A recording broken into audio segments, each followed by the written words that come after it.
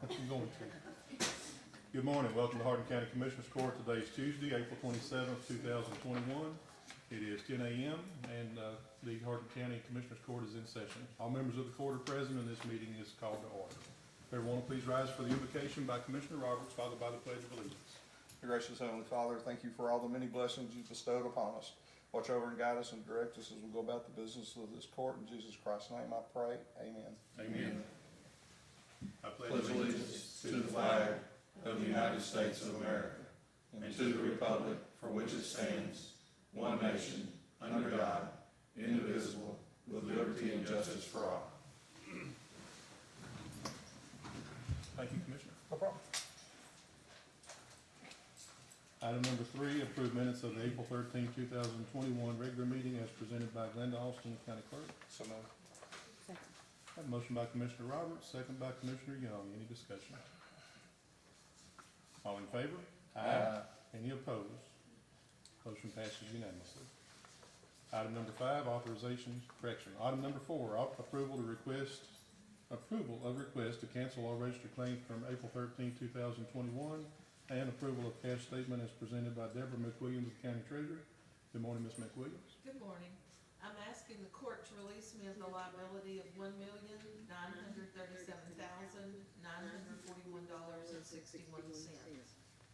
In our cash report and general checking account, we have $18,459,822.17.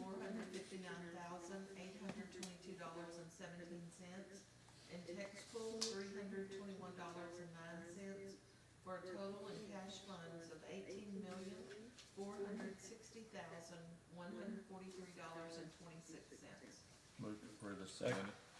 Have a motion by Commissioner Kirkendall, seconded by Commissioner Cooper. Any discussion? All in favor? Aye. Any opposed? Motion passes unanimously. Thank you. Thank you, Ms. McWilliams. Item number 5, authorization to pay county bills as presented by Angela Gore, the county auditor. Good morning, Ms. Gore. Good morning. The pre-approved expenditure of April 14 of $43,163.24. The pre-approved expenditures for April the 21st to the 22nd for $486,746.88. Expenditures for Commissioners Court today are $948,060.62.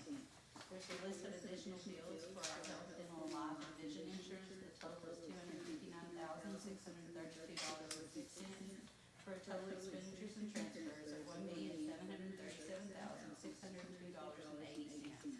The gross payroll for April the 22nd was $503,270.43, and the total transfers for that payroll was $825,152.62. Move to pay the bills. Second. Motion by Commissioner Cooper, seconded by Commissioner Roberts. Any discussion? All in favor? Aye. Any opposed? Motion passes unanimously. Thank you, Ms. Gore. Item number 6, consider and possibly approve amendments and transfers to the fiscal year 2020 budget as presented by Ms. Gore. Go ahead, Ms. Gore. We'll start with our budget amendments first. We will amend the general fund and the tropical storm and Melda fund for 11.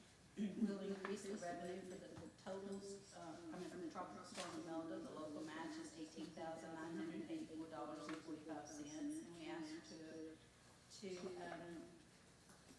code those expenses to the general fund contingency line item of $18,984.45. In the general fund also, we need to create a revenue line item to from Fund 440, which is the acquisition fund of $3,389, and we'll decrease the miscellaneous reimbursement to offset that amendment by the amount of $3,389. We need to do a budget amendment under the Sheriff's Dispatchers Fund, Fund 735. We need to increase the revenue by $4,165, and we'll increase the expenses, the salaries at $3,598, the FICA taxes $61, retirement $500, and supplemental debt $600. The Is budget, it 600 or $6? I mean $6. Thank you. Excuse me. Thank you. The budget transfers for the general fund, the salaries and the deputies, $11,611. The dispatchers, $3,918. The salaries, the LE overtime, $2,404. The workers' comp insurance, $724. $724.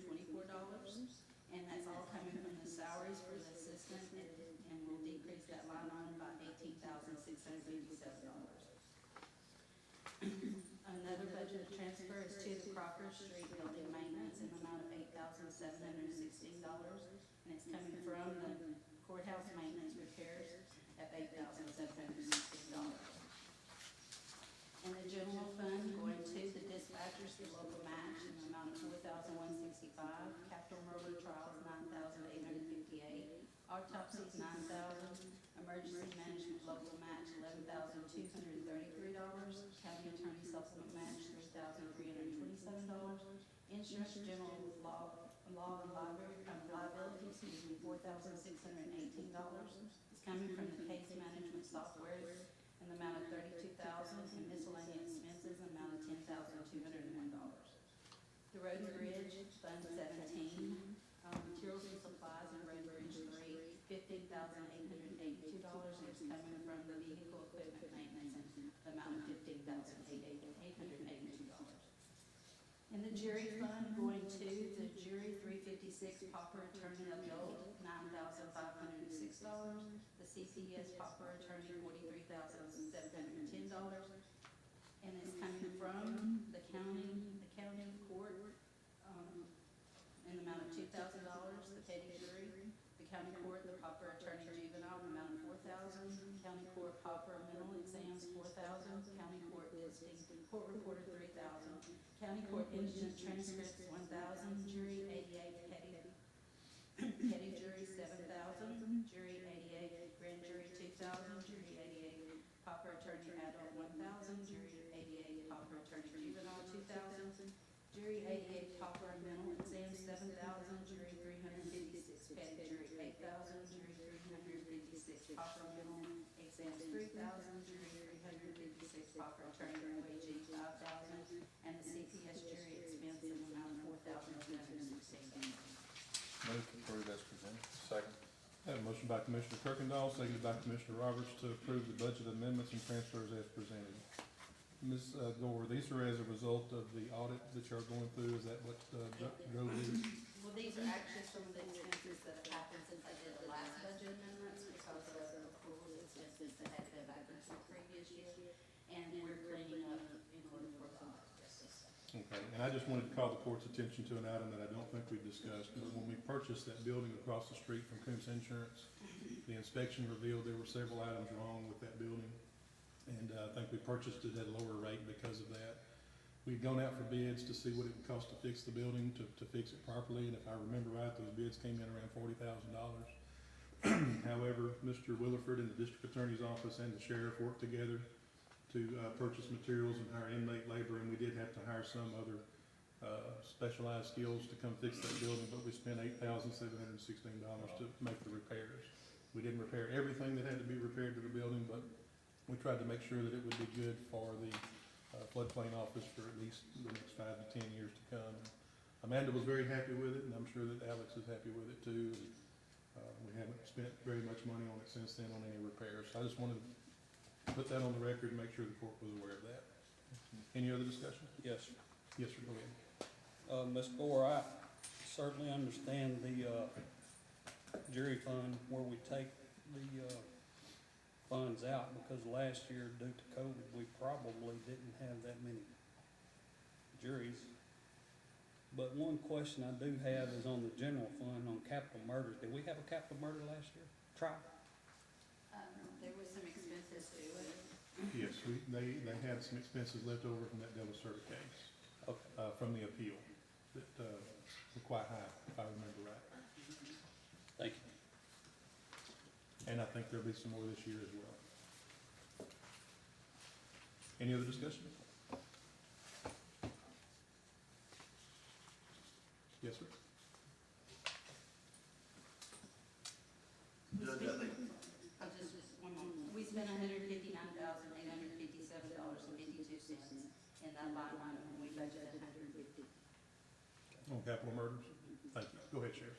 Just, I want to note, I think, in fairness to the department heads and elected officials, sometimes this gives the appearance that we were over budget, or we spent more money than what we were allotted, and I talked with the auditor yesterday, and I just want to make sure that the court and the public understands that I don't speak for all the agencies, but on the sheriff's department side, we were around $160,000 under budget at the end of the year. And so the budget amendments, I think, are more of just a cleaning up and a clerical than it is trying to come up with some extra money. And then sometimes that gets, I guess, lost in the conversation.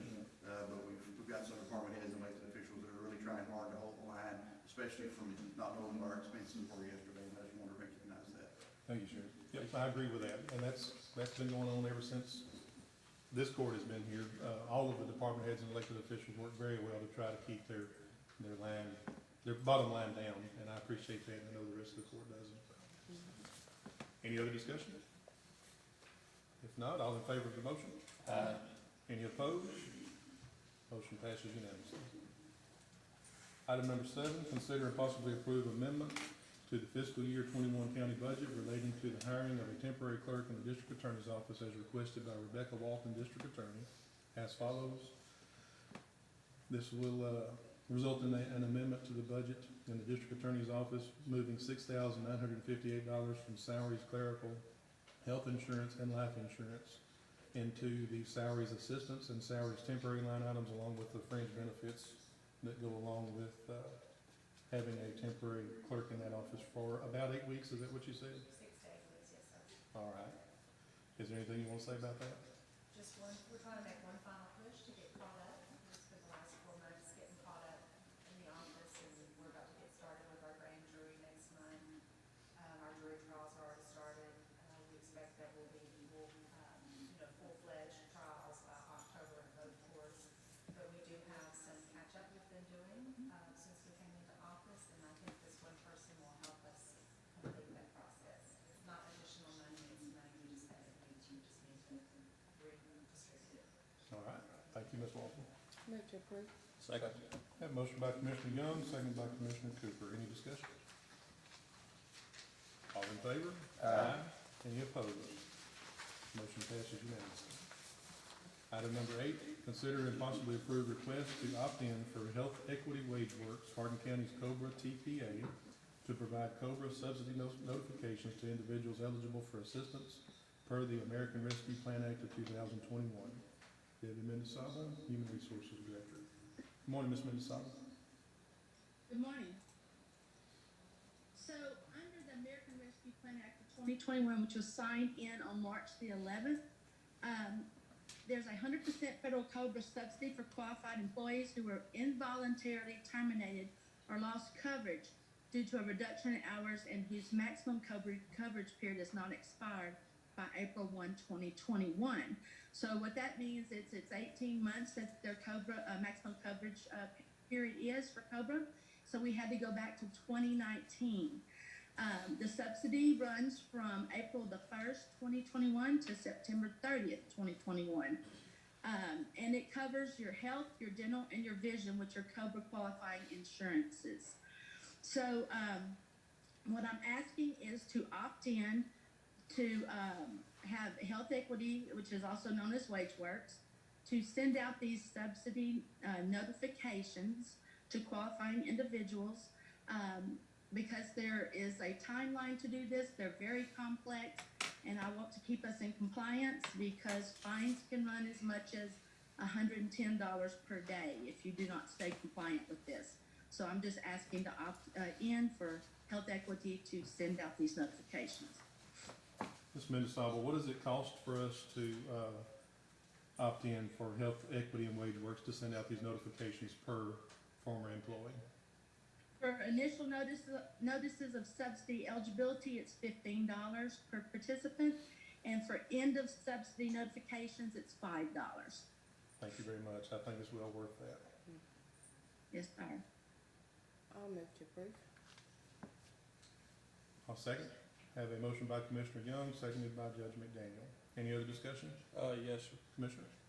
Judge, I know that Miss Debbie's just doing her job and we're required to do this. If I thought that my negative vote, which I will be voting against, would hinder us doing this, I would vote for it. So I'm voting for all of the commissioners because I know all of them are against it. I'll be voting negative for that reason. I don't think it's right, but we have to do it. We're mandated to do it. Any other discussion? I agree with that, and I just appreciate the Biden administration putting this extra burden and financial responsibility on local taxpayers of Hardin County in their ad valorem taxes, so thank you, Joe Biden. Any other discussion? All right, I just want to add that this is a benefit for former employees that as had been alluded to by Commissioner Cooper and Commissioner Kirkendall, that in this new American Rescue Plan Act, the county has to pay for Cobra for former employees for a certain period of time, April through September. And there's a hope and a maybe that we'll get the money back through tax credits later. They don't know I guess they hadn't read the whole bill to figure out exactly how that's gonna happen, but we do know that we do have this mandate for us to pay this money. And maybe we'll get it back later and maybe we won't, but it's, as Commissioner Cooper said, it's something we have to do. From local taxpayers. And rather than Debbie being responsible for making sure everybody's caught who's eligible for this, getting the notices out to them in time, we can hire Health Equity and WageWorks to do it for $15 per person. And I think the number of people's around 15 people. So just wanted to make sure we were clear on the record as to what exactly this is. Any other discussion? All in favor? Aye. Any opposed? Aye. Motion passes 4-1. Thank y'all. And Debbie, if I said anything wrong, please correct me. No, sir, you were fine. Thank you. Only because you educated me. Thank you. Item number 9, consider and possibly approve request to incorporate changes into our nationwide plan document that were made available under the Setting Every Community Up for Retirement, also called the Secure Act. Ms. Mendesaba? Yes, sir. So, Nationwide sends out a questionnaire approximately every 10 years. It's called a restatement questionnaire, and I've included it in your packets. And I've gone through and answered everything, except there's 2 items under the Secure Act that I need the court's approval on. And so if you will look in your packets at the restatement questionnaire, on page 2, under Secure Act, there's 2, like I said, there's 2 questions. One is a qualified birth and adoption distribution, and this exception applies to birth or adoption distributions from an applicable eligible retirement plan. The maximum aggregate is $5,000, and that they are wanting to know if we want to provide this distribution or not. Would this cost the county anything, or does this just go by the employee? Just give them the It's option? just by the, no, it will not cost the county anything, it's just by the employee. Move to approve it. Second. Have a motion by Commissioner Kirkendall to approve, seconded by Commissioner Cooper. Any discussion? Is that the only question you have, Ms. Mendesaba, on this one? No, sir, there's one more right below that. It's an in-service distribution age. It states Section 104 of Division M changes the earliest age at which distributions may be made from pension plans and governmental IRC 457Bs to age 59 and a half. The effective date of these changes is plan years beginning December 1, 2019. The plan can elect at which age they would like in-service distributions to be available. And that can be the 59 and a half, or the default of 70 and a half, or 72 years of age. Is your recommendation to go with the 59 and a half? Yes, sir. Would you include that as part of your motion? Yes, sir. As stated. All right. And Commissioner Cooper, you second that? Yes, sir. All right, any other discussion? And Ms. Mendesaba, does that clear that up? Yes, sir. All right, all in favor? Aye. Any opposed? Motion passes unanimously. Item number 10, consider and possibly approve request to add the nationwide index principal protection to Hardin County's 457B nationwide plan. Ms. Mendesaba? Okay. Okay, this is just an added investment to the fund lineup that offers principal protection, like a fixed account, along with upside potential when the market is up. So in other words, it protects your principal, but when the market is up, you would be able to make some gains. All right, And have it's a- just an offer to participants. Second. Thank you very much. Have a motion by Commissioner Roberts, second by Commissioner Young. Any discussion? All in favor? Aye. Any opposed? Motion passes unanimously. Thank you, Ms. Mendesaba. Thank you. Yes, thank you. Item number 11, authorization for county judge to sign Department of State Health Services contract number HHS 001019500020 under the COVID-19 immunizations grant program in the amount of $468,467.97.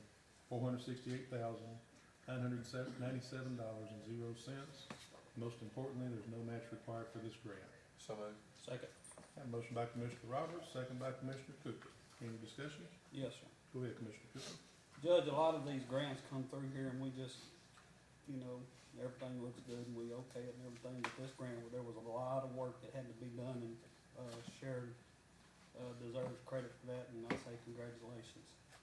Absolutely. Ditto. I'll second that, that's for sure. Thank you. Any other discussion? Now Sharon's here with a speech prepared. Y'all didn't want her to say anything? No, this is a great, job that all of you have done, and we appreciate you very much. Any other discussion? All in favor? Aye. Any opposed? Motion passes unanimously. Thank you, Ms. Whitney. Item number 12, consider and possibly approve request for adoption of the Hardin County Juvenile Justice Alternative Education Program Memorandum of Understanding for the 2021-2022 school year. Ms. Kelly, is there anything different in this MOU from last year to this year? There is. Okay. You want to come up and talk about it?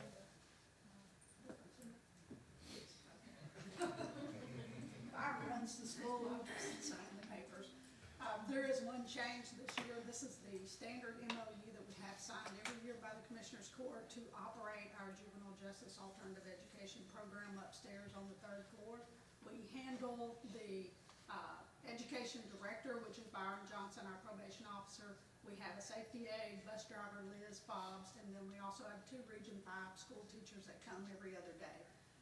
The MOU needed to be updated just a little bit to show what might happen, what does happen with the funds in case the JJAP does not operate or closes the doors.